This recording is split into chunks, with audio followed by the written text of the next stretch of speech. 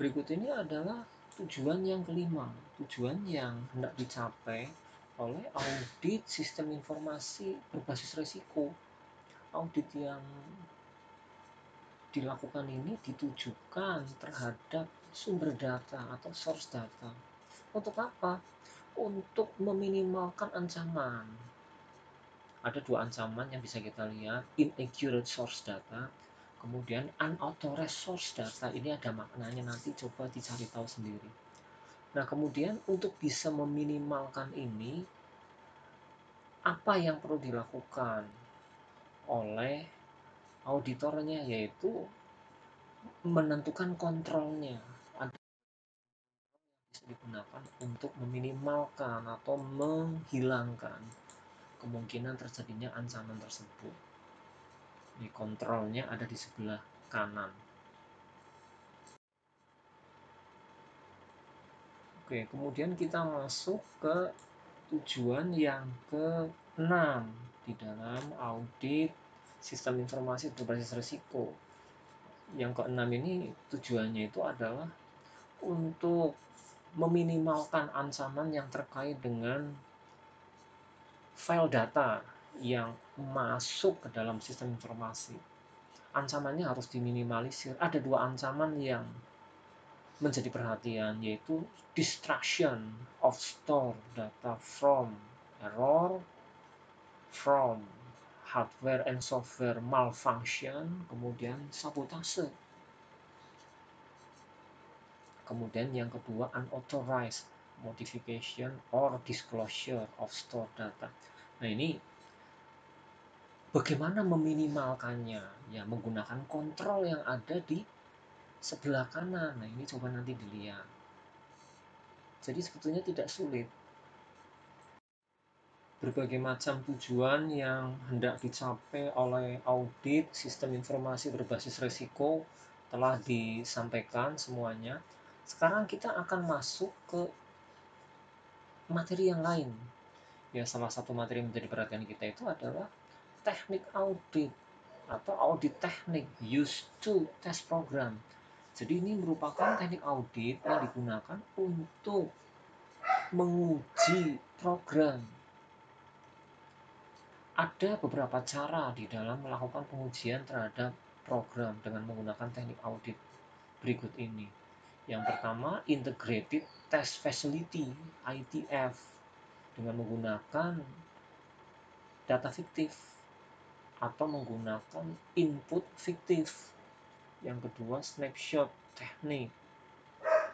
Ini penjelasannya ada di bawahnya. Kemudian yang kedua, menggunakan sistem control audit review file. Yang berikutnya lagi, yang keempat, menggunakan audit hook. Nah, nanti ini kalian bisa lihat di penjelasannya ada yang warna merah. Ini perlu mendapatkan perhatian. Kemudian yang terakhir, continuous and intermittent simulation.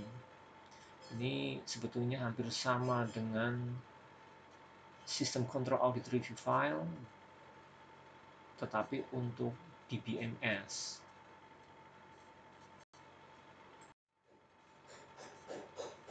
Oke, berikut ini ada lagi yang lain, yaitu ini apa ya, software tool used to test program logic. Jadi ini merupakan software yang digunakan untuk menguji logika dari program. Nah, ini bentuknya ada 5 ini. Yang pertama, automate flow checking program. Kemudian yang kedua, automate decision table program, scanning routines, mapping program, kemudian program tracing. Nah, masing-masing bisa dilihat penjelasannya itu ada di bagian bawahnya. Berikutnya adalah computer audit software. Ini adalah merupakan software audit yang digunakan oleh auditor untuk melakukan pekerjaan auditnya, di mana auditor akan menggunakan data perusahaan. Kemudian data perusahaan itu di copy ke dalam komputer yang sudah ada software ini. Kemudian setelah itu software ini akan bisa digunakan untuk apa ya? Untuk melihat query dari data. Kemudian bisa juga digunakan untuk meng-create, mengupdate, meringkas, melakukan sortir, memfilter data, mengakses data, memilih record supaya bisa digunakan untuk sampling, kemudian juga melakukan berbagai macam analisis kinerja, perform analytical test, kemudian bisa juga digunakan untuk menghitung pengujian statistik. Ya, ini memang sangat canggih sih. Nah, salah satu yang bisa digunakan atau yang sering digunakan di dalam praktek, terutama praktikum audit, itu salah satunya adalah ACL, Audit Command Language.